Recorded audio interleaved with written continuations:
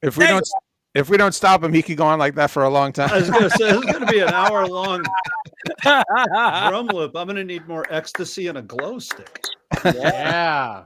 That's Rick Stojak, y'all. Give it up for Rick Stojak. Rick Stojak in the house. Thank you. Give it up, everybody. How are you doing? I just realized that Jeremy said Bart's going to kick us off, and I'm just sitting here waiting for something to happen. Welcome to Drummers Education Connection. And yeah, Rick Stojak down there in San Diego going to town. That was awesome, Rick. You're the best. Man. My other two buddies, Chip Ritter in Tucson, Arizona, Jeremy Steinkohler up in the Bay Area, and you are on Drummers Education Connection. How's everybody doing today? Today, our topic is being of service to others and what that kind of means as a drummer and as a drum teacher, and how we kind of get this through all this stuff together and build up this community. So that's what we're going to be talking about. But before we do that, we're going to do what we always do. And we're going to start off with good things. And I'm going to throw it up to the Bay Area to my buddy Jeremy, because he always has something good for good things. So Jeremy, what's going on?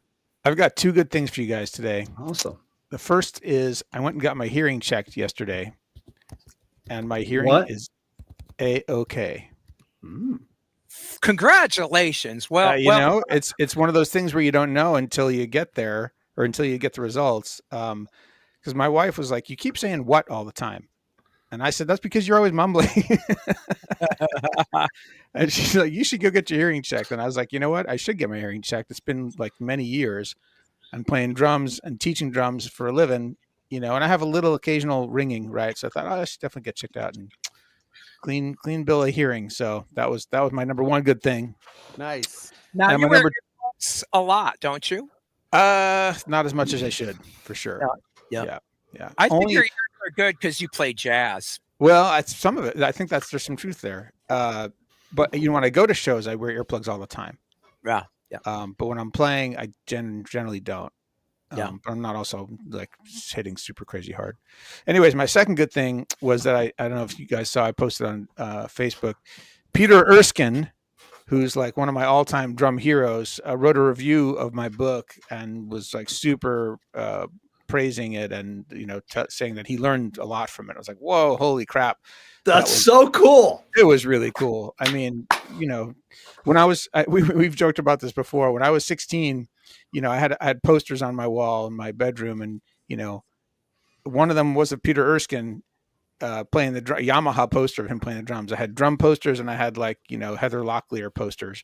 And like when I was a kid, he was like, "Oh my God, this guy's amazing, one of the best drummers in the world." And for him to read my book and have something nice to say about it, that made my day. So super excited. That was my other good thing.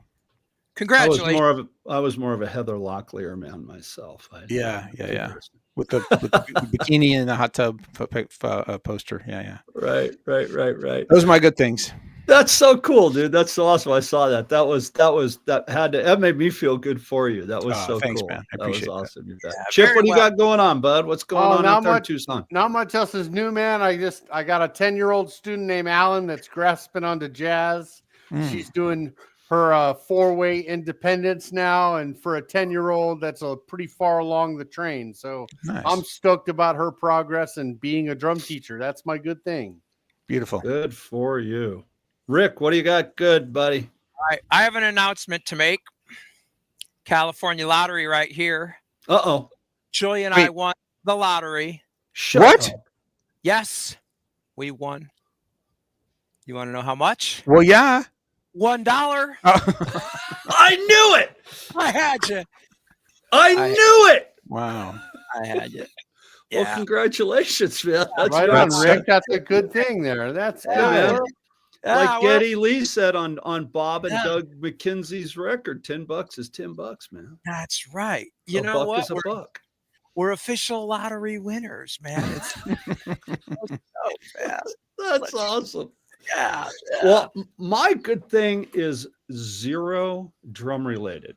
So my wife, Leah, for many years, she's like such an animal activist and humanitarian. And when we moved out here, she got involved with monarch butterflies because monarch butterflies are on the endangered species list. So she got into literally raising monarch butterflies from the egg all the way through caterpillar into chrysalis and releasing them into the wild. And she is having an incredibly good season this year. And she just texted it to me because I told her I was going to do this. This morning, she released 35 monarchs, 16 male and 18 female. And it's really cool to, I never in my life thought that would be something that I'm into, like I'm a total animal person, but that wasn't on my radar.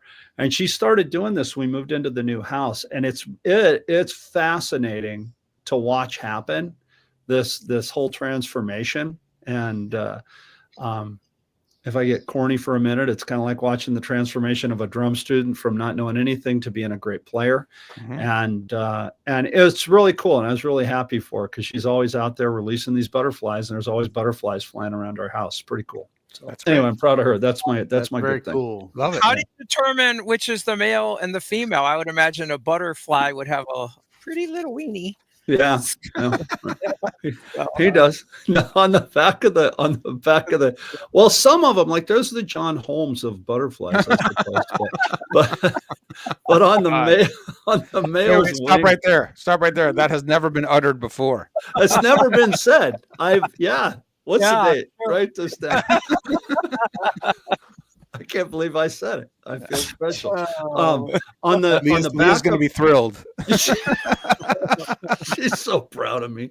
On the back of a male butterfly, on their wings, you know how like they're orange and they have the black stripes. Yeah. On the male's wings, that's where their reproductive organs are, inside those stripes. So if you look at them on the bottom part of the wings, one of the stripe comes down and it has like a little bulge in it, and that's a male. Wow. And it's in the stripe. So, wow. Yeah. Wow. Welcome to Butterfly Education Connection. Yeah, that's right. Monarch Education Connection. Every drummer across the United States, around the world that watches us is like, what the hell? Yeah, what is this podcast? I've never. What is this podcast about? Anyway, today we are talking about being in service of others, and that is kind of what I thought of when I thought of Leah doing all this great work for the monarch butterflies, being in service of these animals. So anyway, so I wanted to share that. Being in service of to others. I'll tell the story later on in the show, but I had an opportunity last Friday night to be on the other side of the drum set. Instead of being the guy playing it, I was a drum tech, and it was a lot of fun. And especially for the show that I teched at, it was really cool to be behind the scenes and see how this show happens. It was a lot of fun. And it was at the Whiskey in Hollywood. So that I always like going to the Whiskey or playing at the Whiskey because it's just, hallowed ground. It's rock and roll royalty there. And it was, legendary. It was a lot of fun. But I also got me to thinking about what we do as teachers and as drum educators and members of the drum community. It's, we are kind of in service to our students and in service to each other. I can't tell you how many times I've, texted Jeremy or Chip or Rick and, hey, what's this part, or what is that? And we help each other, right? That's what D.E.C is about. And I kind of want to think that what we're doing here is of service to the people that watch the show and everything. So it really is. It's more than being about us. It's about the community and stuff. So I'm going to kick it up to Jeremy. Jeremy, what do you think being in service to others as a drummer or as a teacher or a mentor, what's that mean to you? That means a lot. That's sort of at the core. If you strip away all the sort of outer layers of all the things I do, I feel like that's sort of at the core of my purpose or my mission, as a musician and as a teacher and even as a business owner, running the school. It happens on all these different levels. Like as a player, you're serving the music, you're serving the song, and you're serving the delivery of this creativity, right, with a group of people, and you're Right. serving the audience, right? And as a teacher, you're serving your students and you're serving the community and helping them grow. And then for me, running Bandworks, I'm serving the community by offering this program where people can come together and find their own musical community and play music and be in a band and play on stage and perform. And I think that's, a lot of people, I would say that for me, like, I feel like that, even though I feel like that's, in service of larger communities, like I get filled up by that. Like Yeah. you know what I mean? Like you think like, oh, it's totally different things to like serve yourself and to serve their community. But I feel like in serving the community, I get enriched, like it feels like I have purpose and I have meaning in what I do.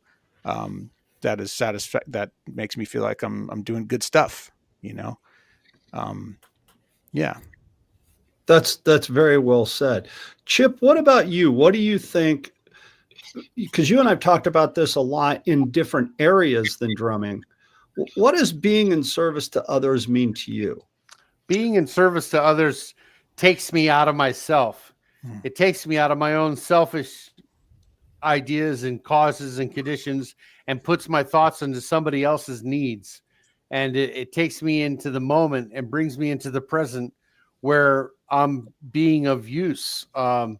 Being a service to other people means getting out of myself and into what their goals and their dreams are. And I get to work on helping them reach and achieve their goals. So I guess that's what it means to me. I'm constantly thinking of service on my students before I go in and teach. I'm thinking about each one of them and where they're at with their drumming and where we want to go and what can I do to be of service to help them get there. Right. Like it. Yeah. Yeah. I mean, think about all the books we've all written. Why did we do that? What was the motivation for you guys to in writing fill a need? But not for yourself, for the community, right? Yeah.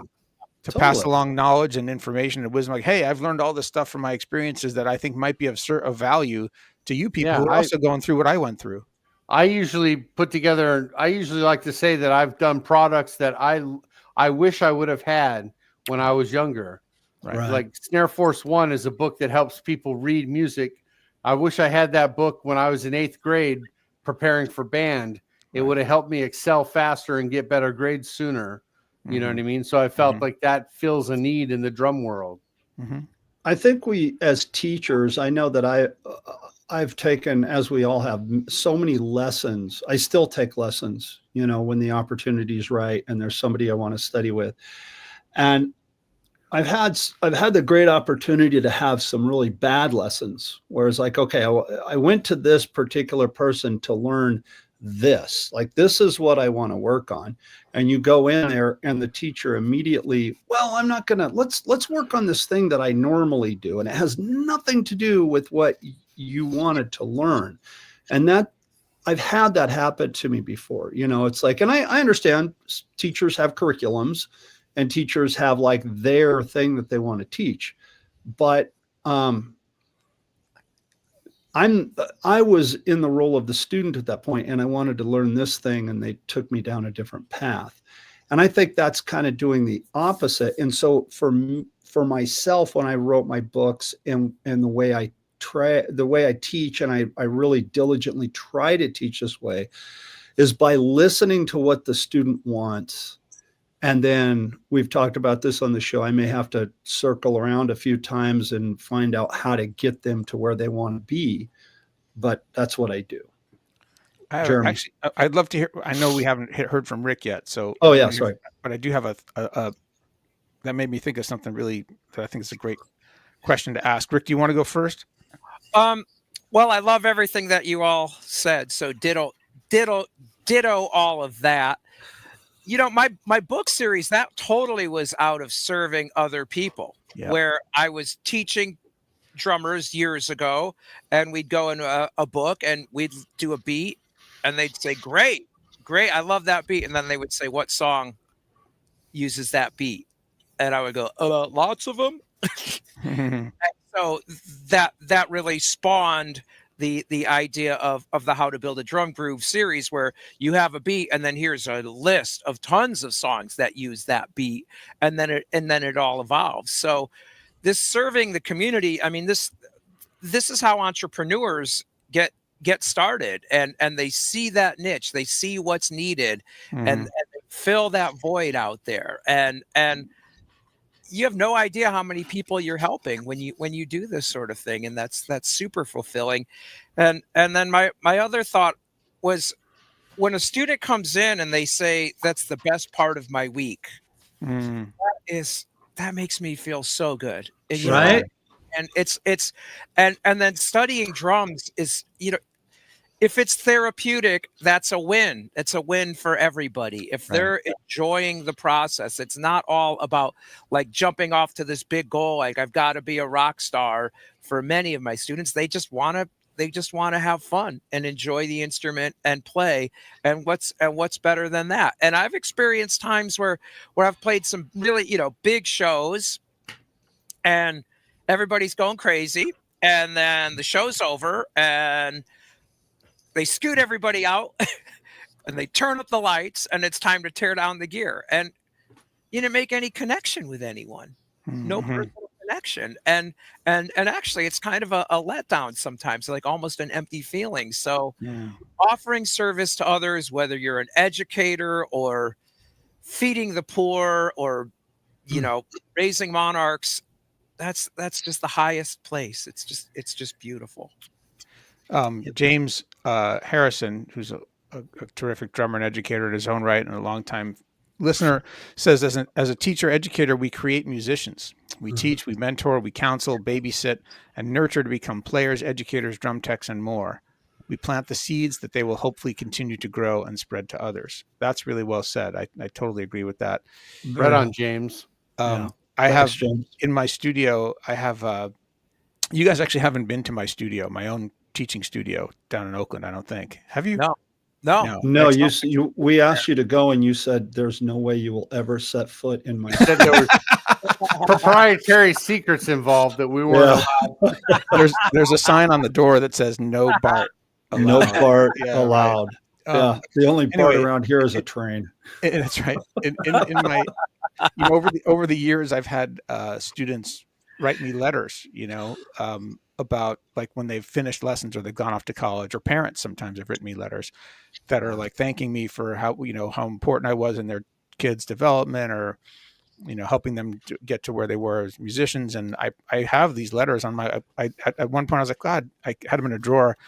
I should put them on the wall in my studio so I can look at them and be reminded of how important the work I do is, and how it just filled me up, made me feel so good. So I have like a dozen letters and cards on my wall, just like, So nice. that's really great. Yeah. And it's a reminder that you never know where your influence ends. You know, you think you're teaching in the studio, and then that's it. And then maybe they stop taking lessons at some point, and then who knows where they go. But that stuff ripples, you know, throughout people's lives. And It does. Sometimes not just with music, but with other things. And Yeah, it's powerful. I was doing a thing with my website, and I had trouble with my Shopify thing, and I put a post on Facebook. Does anybody have any experience with something like this? And can I hire you to help be my web guy and fix my problem? And I got a text from an old student of mine that I knew maybe 20 years ago when he was 8, you know, something like that. Right. And he said, yeah, give me your password and let me see, I'll go fix it. And he went in and he fixed it, and within 30 minutes or whatever. And then I said, what's your Venmo? What can I pay you? And he goes, you can't pay me anything. He's like, you poured into me as a young man. You poured into me as when I was younger, and I'll never be the same because of it. And I'm grateful and forever grateful for your help. And I was just blown away that was the feeling that he had, that his memory of that. And my memory was just, hey, we're doing drum lessons. His memory was a mentorship of some kind, you know. So that's beautiful. It's very cool. I just had a student of mine. Oh, go ahead, Bart. Sorry, Rick. I had a student of mine along that same thought process. That's why I jumped in, Rick. I'm sorry, I don't want to lose the thought. That just reached out to me, and he would come in every week to his lessons, just ready to go, and his mom would come with him, and he had a brother who was special needs, and he's gone on now. He's an adult and he's working with special need kids. And he reached out to me 2 weeks ago, and he's like, "Hey, I want to start taking lessons again, but I want to take lessons on how to teach and how to start building my teaching career." And I was like, "Wow!" Okay, cool. And he kind of echoed the same thing. He was like, you were there every week, and no matter what questions I had, you answered them for me, and our lessons meant so much to me, and I've remembered them all these years. And I was so grateful for those words and thankful for those words. But like Chip said, I was just like, yeah, here's Nick. We're gonna drum. Right. Here's the lesson. Yeah, and but even though you guys and we all aren't as aware of what's going on, I think the fact that we come to the table every day with intention and care and integrity, and that's people get that. Right. Bringing the A game. Yeah, right. Yeah, don't phone it in. Yeah. I had a question. Oh, no, Rick, it's your turn. Go ahead, It's Rick. such an honor, Bart, that someone would ask you to help them create a business off of drumming and recognize that you've done it. So that's really, really great. I've had that a few times before, and it's such an honor. But I've also had it a couple times, and I wonder your thoughts on this. If the person, like, I have a band rehearsal studio here, so there's like 60 rooms in this entire building, band rooms, and so this is sort of Music Central in San Diego, and I'm busy as could be, and all. But what if someone is like, wants all this information, but they clearly could be a competitor. Like they want to be right, they're going to open up right next door. Like how much do you share? Well, here I'll give you this. If they're going to be a competitor and they're opening up right next door, yeah, I don't know. That's I don't know how I'd handle that. But I would say this. Think about it this way. The four of us could consider each other competitors. But I no more think of you guys as my competitors than I would flap my arms and fly. You guys are my friends and we're colleagues. So maybe, but opening up a drum teaching shop right next door, I don't know. I had that experience happen to me. So, guys, you guys know I run this thing called the East Bay Drum School, and one of the teachers that was involved with it for a couple of years, he would come. We'd have these meetings. We'd talk about teaching stuff and challenges and everything. It's just like part of the idea was I'm teaching them how to teach, and they could always have their own students on the outside of the school, which is fine. But eventually, this guy split off and started his own drum school, and like modeled it just after the same things that I had shown him and taught him. And then, I was sort of like, okay, well, that's the end of our relationship, which is fine. And I wish you well. And, there's plenty of people in the Bay Area to take drum lessons. It's not like I'm worried about the competition, but now it is competition. Right.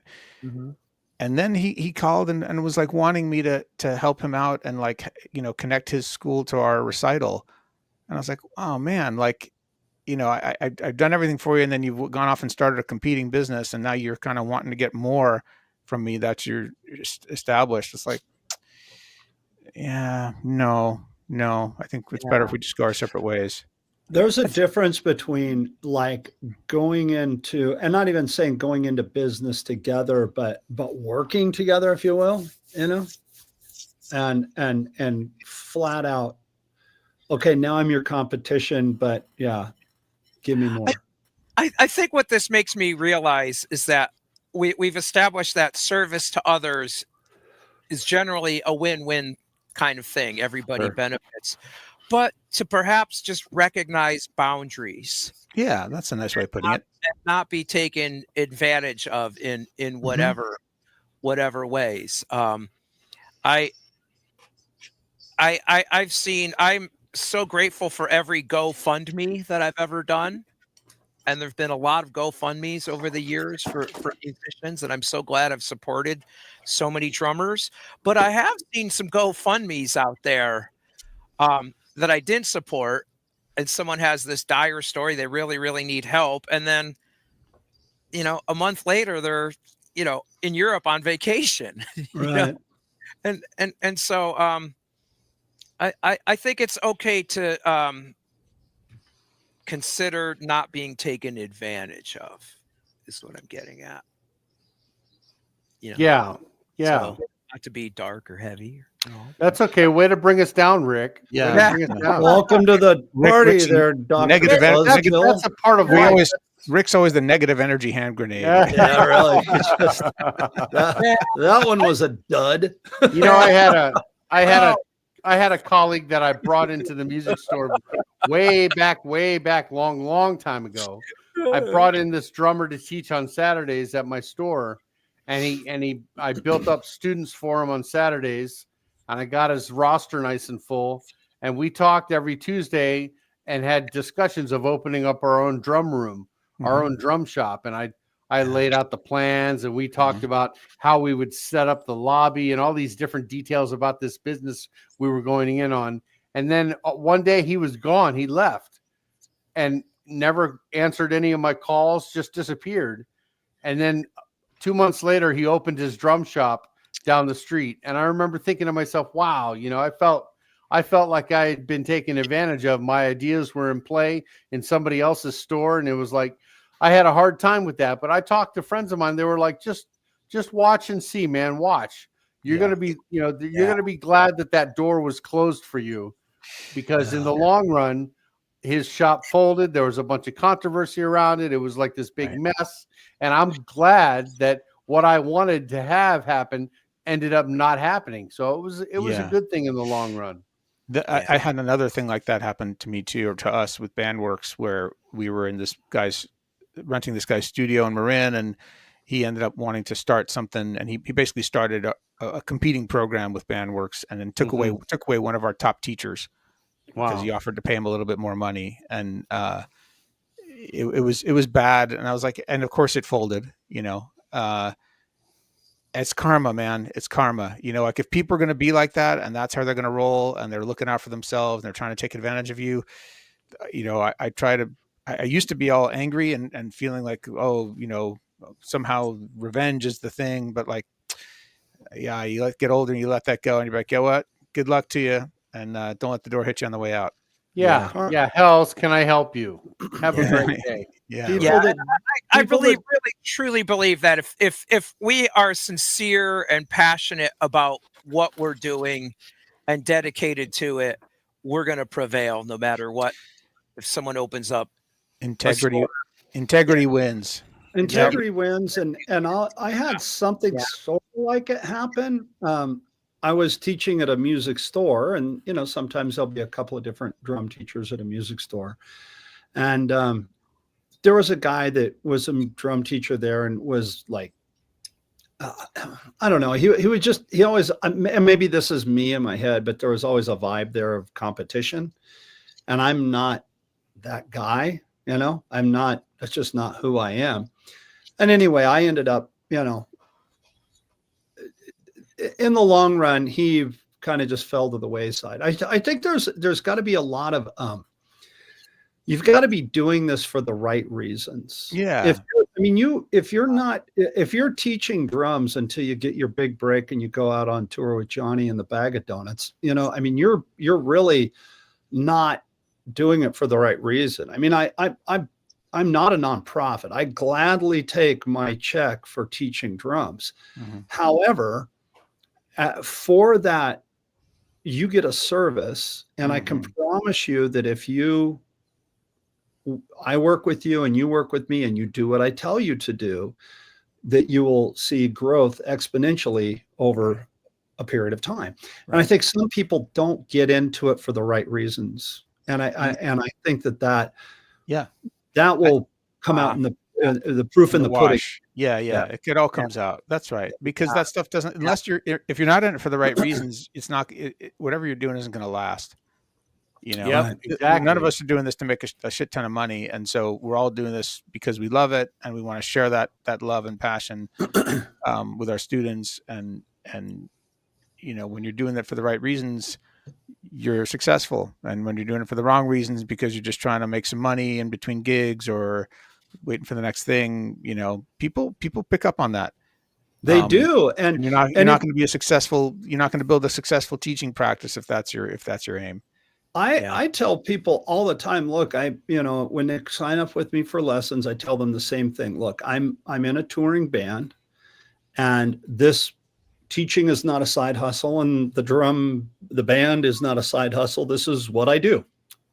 And I think it's better to take lessons from somebody that's out there playing and doing gigs and going on tours and playing, at the fourth bore and doing all this stuff out there in the real world than it is to take drum lessons from a guy that just sits in a room and this is how you play drums. And, you've got to do it from been there, done that, bought the t-shirt perspective. You have to, because that is something that will come to the table and it will come to the surface. And I think if your intent is to help a student reach whatever goal it may be. And some of it may be just to have fun. Like we all have those. Rick, you mentioned that earlier.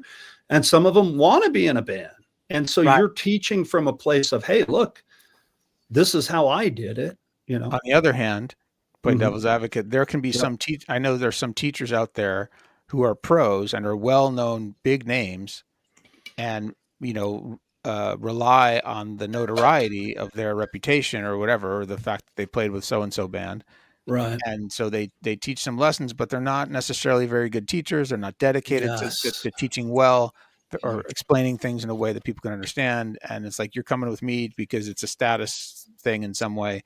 And on the one hand, you think, oh, I want to study with someone who's been there and done that and actually reached a level of success, but those aren't necessarily the best teachers. I've experienced that. People play intuitively and they're brilliant at what they do, but they don't have a system to be able to teach what they do. Right. Or they're not good communicators. Right. So, I mean, I think the best thing you can do, well, we're off topic here a little bit, but, maybe a little bit, but just a little, but find people that are dedicated to the service. Right. Right. Yeah. Let me throw the story out about how I where I threw the text to you guys the other day and came up with this idea, because it's not about teaching. It was about another thing that happened to me or for me last week.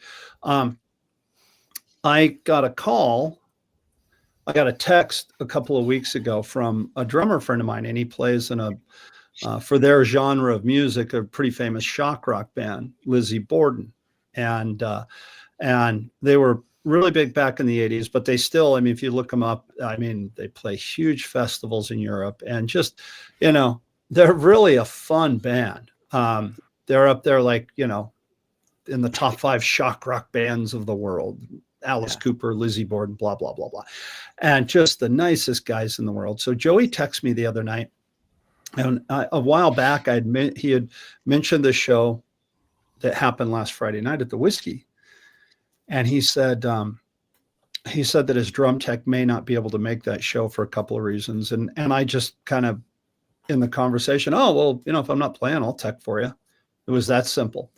Well, a couple of weeks ago, I get a text, hey, you still planning on teching for me next week? And I was like, well, let me go check my account. I went and looked, and I'm not playing, and it's Friday night. Yeah, I'll do it. What the heck? I'll do it.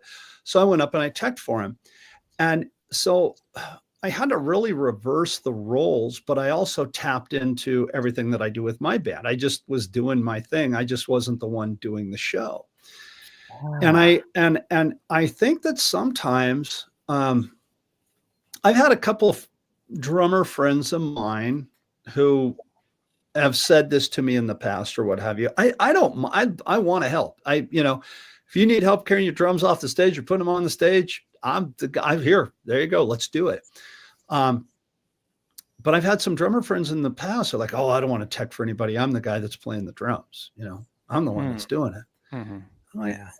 That's a little weird. So I reversed the roles, and it was fun looking at it from that perspective, because I saw everything that my band does, but from, I guess, even an outsider's perspective, because I'm not in the band. I was just there to serve, and I set up the drums, I teched the drums, I sound checked, did a sound check for me, and the bass player jammed. It was fun. It was a great time.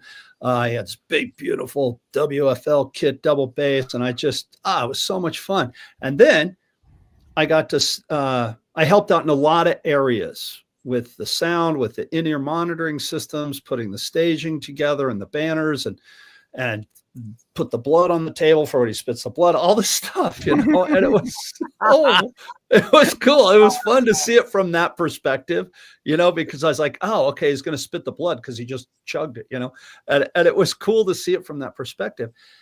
And I think there's a lot of people that might miss out on some really neat opportunities to go and do something like that and experience that, and make not just see the show from a different angle and get to play a nice drum set, but to make those connections. Hey, I played with the bass player for Lizzie Borden for 8 bars, Mhm. or just whatever. That's just fun. Come on, that's fun. And I didn't have a gig that night. I didn't have any students that day. I didn't have anything better to do. Yeah, I'll go hang out at the whiskey and set up your gear for you. Well, I think being in that service role, you kind of put on that hat, and it's not an ego thing. Does that all make sense? Kind of? yeah, totally. I mean, Yeah. like we said in the beginning, like in doing these acts of service, you end up filling up yourself. Like, you had fun. You got a whole lot of great things out of the experiences, good story to tell, maybe a connection with the bass player, maybe a connection with the drummer, right? I mean, maybe next time he needs something and he calls you, and maybe it's to sub on the gig. I mean, who knows? Like, you're just putting stuff out there, and I am a believer in the stuff you put out to the universe kind of comes back in one way or another. Yeah. Well, like you said, karma. I mean, karma will break your arm if you let it. I mean, if you're that bad person, it will. Well, just being in the environment of our passions just gives us more information about that skill. You're just, you're a better drummer, I'm sure, from just that one little experience. Yeah. It might be the most subtle little thing that you picked up on. It might be how you set up your floor tom, or what drum throne you sit on, or whatever. Yeah. That's what we were talking about before the show. Here's an endorsement for Porter and Davis drum thrones. I sat out on his drum throne. It was a Porter and Davis. If you guys don't know what a Porter and Davis drum throne is, look it up. It's amazing, man. It's like the old butt kicker, but it's phenomenal. And now I want one, but it's $2,000. So vibrating. It's an expensive drum throne. That's a vibrating throne, right? Yeah, but it's more than a vibrating throne. It's a way to monitor it's a monitoring throne, and it's I see. It's spectacular. Does it have an ejector seat? Dude, if you turn it up loud enough, it'd shoot you through the roof, I think, because I hit that kick drum, and I really did. I had no idea he had the thing, and I sat down, and you sit out the drums, boom. It's like, what the hell was that? Scared the shit out of me. Yeah. But yeah, so that was being in service and taking yourself out of the role of, well, even backstage when they're all getting amped up and they're getting ready and they're all in their, all their gear and everything like that. And they're doing their huddle and like, okay, we're going to go out there and kick ass and blah, blah, blah, blah, blah. And there was one point where they had this, there's a ramp at the front of the whiskey where you can, the ego ramp, I call it, where you walk out into the audience. Well, the stage tech, the stage tech, it didn't put it up. And it's just these two big boxes, and there's on either side of the stage. Well, they opened the door, and there's a zillion people in there. And they're like, did they put the ramp up front? And I'm like, no, man, it's off the side of the stage. Oh my God, we have to have that. Okay. So I went down and got security, and it went from, please excuse me, we're trying to move this up to the front and people are trying to get out of the way. And it went from, trying to be polite to get the fruit out of the way, and we've got the thing up there, and it was That was a pain in the ass, but we got it done. And again, I mean, normally I would have just said, "Oh, that's your problem," Right. or somebody would have said, "Oh, that's your problem." But I was like, "No, man, let's go get this thing to happen," and we did it, and it made their show better. You know what I mean? It was cool. It was fun, and again, like I said, it was a fun time. So that's kind of one of the things that I thought of being in service to another.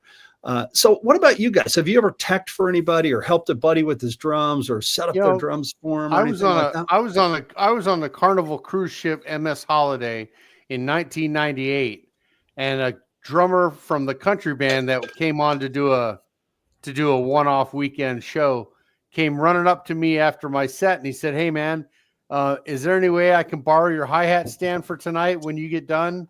I got the show and I didn't bring my hi-hat stand." And I was like, "Sure, man." So I lent him my hi-hat stand, and he did the show, and everything was great. And then 10 years later, I'm at the NAMM show, and I get a video made by this guy that posts on Facebook, and it was the guy that I helped with the hi-hat stand took a video of me that went viral. So it was a kind of a cool little Look at turn of that. events there. I helped this guy out, and he helped me out.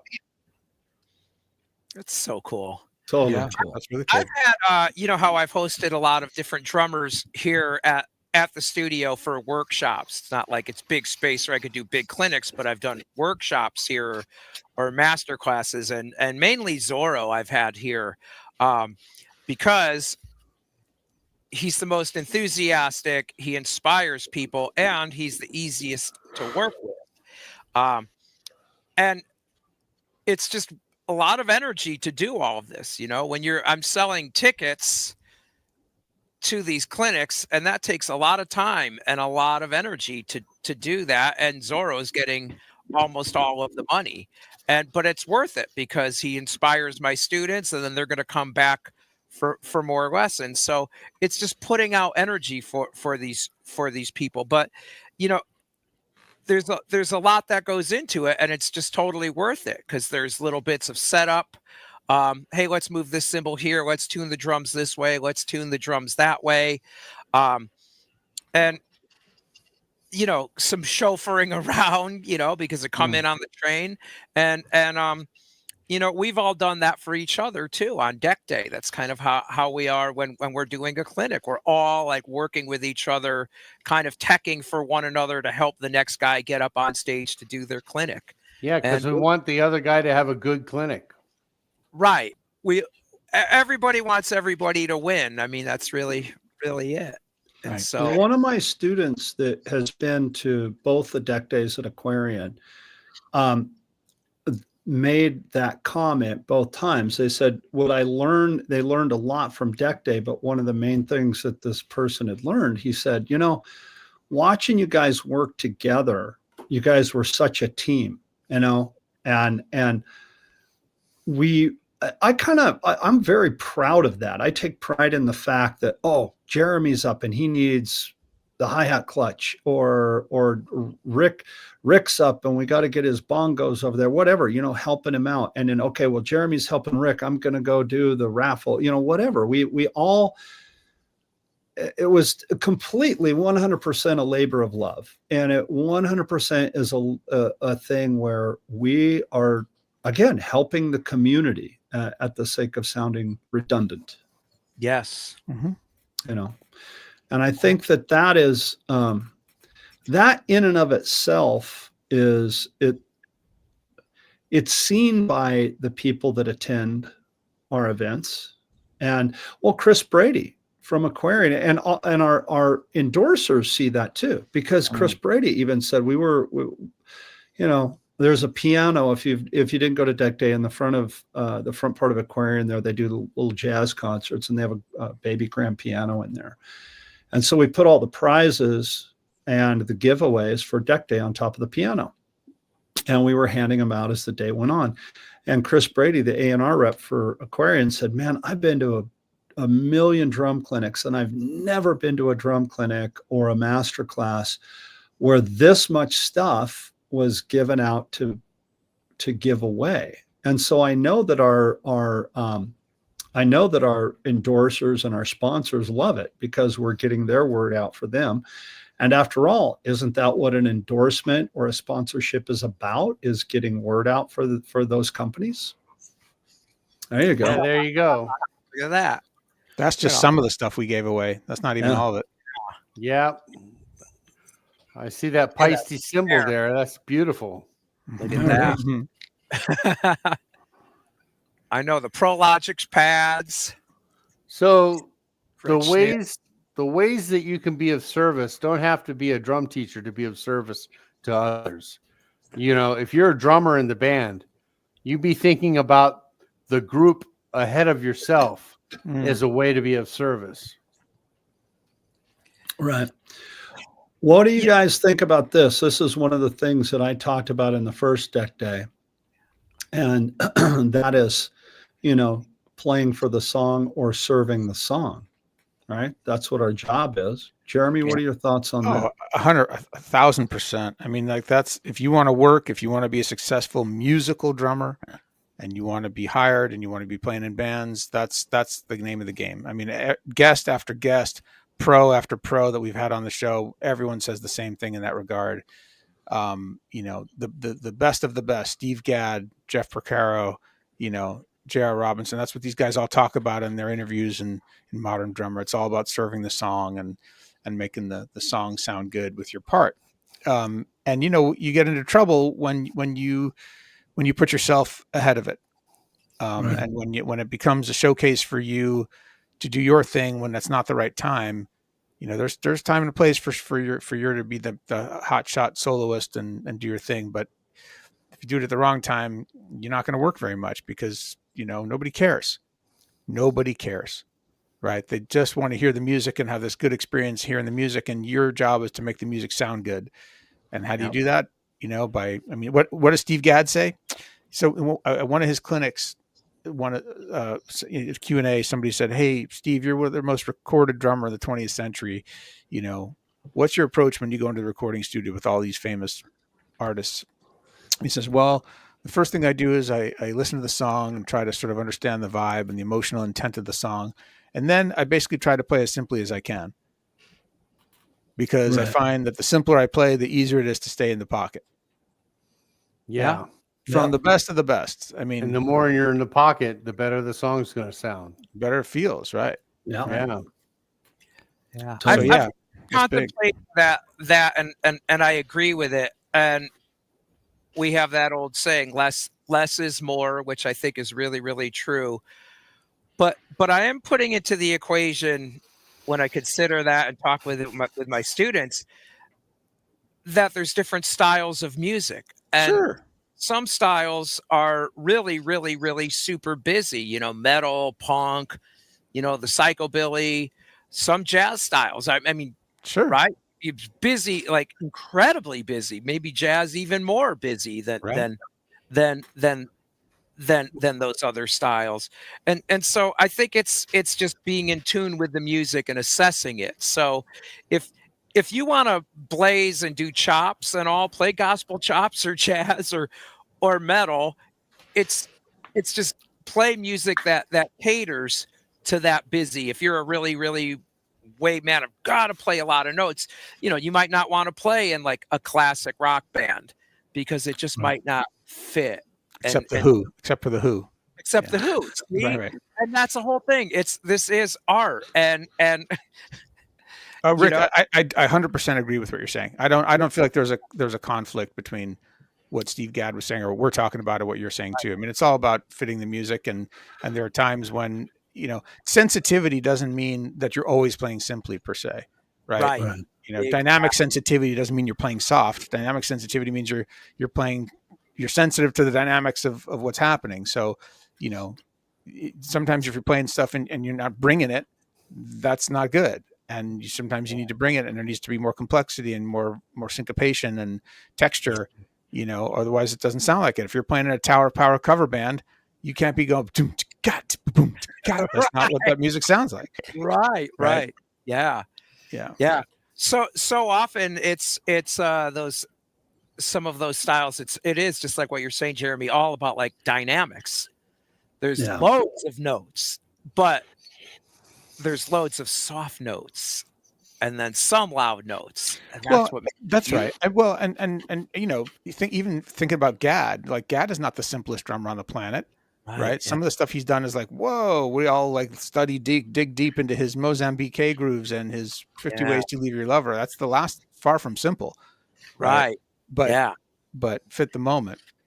Yeah. Right. Exactly. Completely fits the moment, and it fits the song. You know, Right. and again, serving the song. Right. That's it. And one of the things, you know, again, that when I talk about that is from, you know, all the sessions that I did with Michael Blum. You know, we had to do all the re-records and literally re-record every note exactly like it was on the original recording. And so I learned so much from that, of sometimes, you know, when to just let go and let it happen. And then sometimes when the simplest of little things carries off so big. You know, we did, Right. and this is so simple, but if it wasn't there, it didn't fit the song. We re-recorded China Grove by the Doobie Brothers. And I love that song. And there's a fill in the end of the song. It's literally 2 and 3 and 4 and, but the eighth note of 4 is on the snare drum. Do da da da do bop. And it just, you play the fill on the toms, but your ear hears the snare drum, you know, do do do do Yeah. bop. And it's like, if you miss that snare drum hit, it's just not right. It's those little things, and it serves the song so well. And then, you know, and then the next session that I did with him was an original session with this lady. Her name was Esther, and I went in and recorded this, and he would always like, you know, he always liked to cut drum fills out, but on the re-records, I had put in the drum fills that are on the original records. And I did this song for this lady, Esther, as the original tune. She really liked it. We go in and we're listening to playback, and we get to this part where I put in, it felt to me when I was playing it like it needed a big 1-bar drum fill. You know, go back into the time. And we listened to it, and he let it go past. And I was like, oh, wow, he left one of my drum fills in. And we go back to the top of it. You know, he didn't say this. Oh, it was a good take. And he goes back to where the drum fill was, and he goes, except for this, it's not an effing drum solo record. And he cut the fill out. I was like, damn it. Oh man. You know? But you know, he thought it didn't serve the song well. I thought it served the song well. And in hindsight, being 2020, you listen to the song now, I was like, yeah, you made the right choice. I was being the drummer for a minute, you know. That's what's so cool about all of this. There's all kinds of things that can work. Oh yeah, Yeah, completely. there's all kinds of ways to be of service. There's many ways to be of service to others. That's it. Yeah, that is so fun. I think. Oh, go ahead, Rick. I was just real quick. I was thinking about some of the students who come in, and their goal is they want to learn a certain song, but the song is just far beyond them. You know, we'll just say it's a level 8, 9, or 10 song when they're really at level 2 or 3. Mm-hmm. And so the challenge is like to try to help them get to that goal, but it's not so easy to get to it right away. You've got to kind of build on it. What Jeremy, what were you thinking? That makes me think this is important, because this happened to me yesterday, this exact thing. Yeah. I don't feel like, as a teacher, I am being of the best service to them to try to help them learn that song in this moment. So this is a question that popped in my head earlier today that I didn't get to ask or pose to you guys. Yeah. There are some teachers who are, you know, you come in and the whole vibe is, what do you want to learn? You know, I'm just here to help you. I'm just to be of service, to help you learn whatever you want to learn. Mm-hmm. And someone might say, okay, I want to learn, you know, this Rush. I want to learn why Tom Sawyer, you know. And it's like, okay, well, that's cool. I love Tom Sawyer, but you're going to need a whole bunch of skill sets that you don't have at this time. Yeah. Right? Yeah. So if you want to learn to look at that as a long-term goal, I will help you learn all the things you need to learn to get there, right? And however long it takes.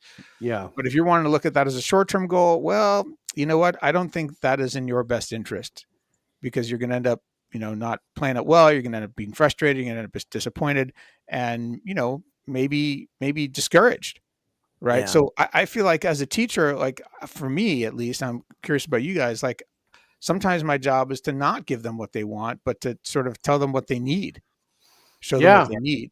I think Yeah. that's true. It's a good thing to understand your position as a teacher is to help them be realistic as well.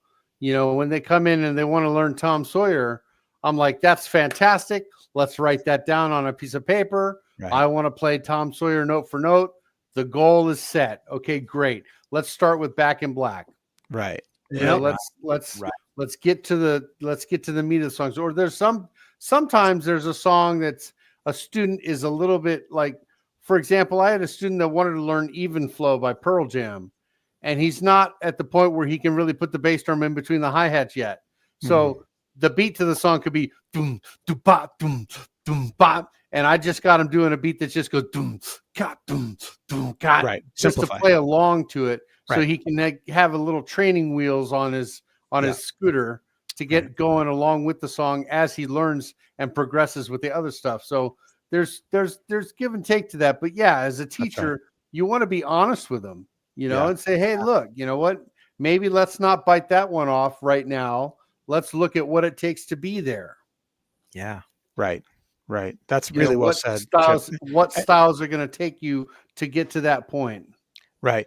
And you can always simplify. That's true. That's an excellent point. We talk about that in Bandworks all the time about, kids try to pull off these songs and they don't have the chops to be able to play the guitar parts and the drum parts. It's like, okay, well, let's not do that guitar part. Let's do something you can do. And it's not the song like everyone's familiar with it, but it's a version of the song that you're going to feel good about making sounding good. Right. Yeah. As opposed to trying to pull off stuff. And while they practice along to that song to their training wheel beat, right, they're being exposed to the actual beat, right, and they're getting their ears on. Yeah, their ears are getting traction onto what notes they're going to be playing. So yeah, right. that's a good practice. That takes away so much frustration on the student's part, completely. Like you said, and I think that's serving the student in such a way because now rather than be the frustration and the, well, screw this, I can't do it, I quit. It's like, oh, wow, I can do this. I've just got to work at it. Like Chip says, with the training wheels on. I think that's spectacular. I had a student the other night.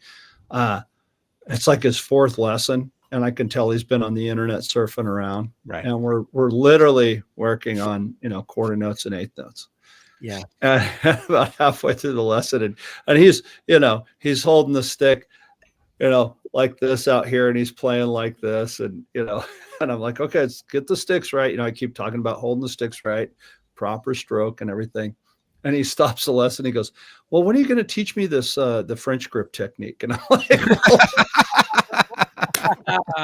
and I was like, well, it's the Moeller method. Exactly. I thought you were specialized in the Moeller method. What's your deal here, dude? Right. Yeah. And so sometimes it's things like that. They hear something on the internet. So it's like students get in there. I have a couple of students, not a lot, but they get in their own way. Oh yeah. Right. And they watch too many YouTube videos, or they have these unrealistic ideas about what they should be able to do or, want to do. And it's like, that's great. Great to have goals. Nothing wrong with aspiration, but like, you're not there now. And it's my job to tell you that you're, what you need to do if you want to get there, and to help you be realistic about where you're at in the scheme of things. Right. Yeah. I'm in that situation more and more and more with students coming in, and I kind of have to put the brakes on and help them develop to get there and help them get realistic. I do like what you said, Chip, about watering it down a little bit, though. Like that can help. I always call that like, well, we'll work on a student version of that song for you. Yeah. What I'll tell them. But yeah, I think you have to be careful with Instagram and all the social media platforms, because there's so many videos. Hey, quick little video on how to play Tom Sawyer by Rush. So people think, oh, all I have to do is watch the video.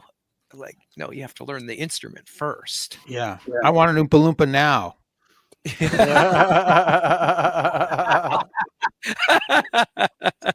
Now, how old are we? Yeah, exactly. Exactly. Exactly. I want the everlasting gobstopper. Yep. Speaking of stopping, it is our time. We have reached our hour. So thank you guys for tuning in. Once again, we love being here and serving you, our drumming community. Please feel free to chime in with questions, things you'd like to hear us talk about, guests you'd like to see us interview. And we'll be back here next week. Awesome. Shout out to Jim Royal. Thanks for watching, guys. Thanks, Jim. James Harrison. Take care, See ya, guys. Have a great guys. week. Keep practicing. Rick, hit that pad.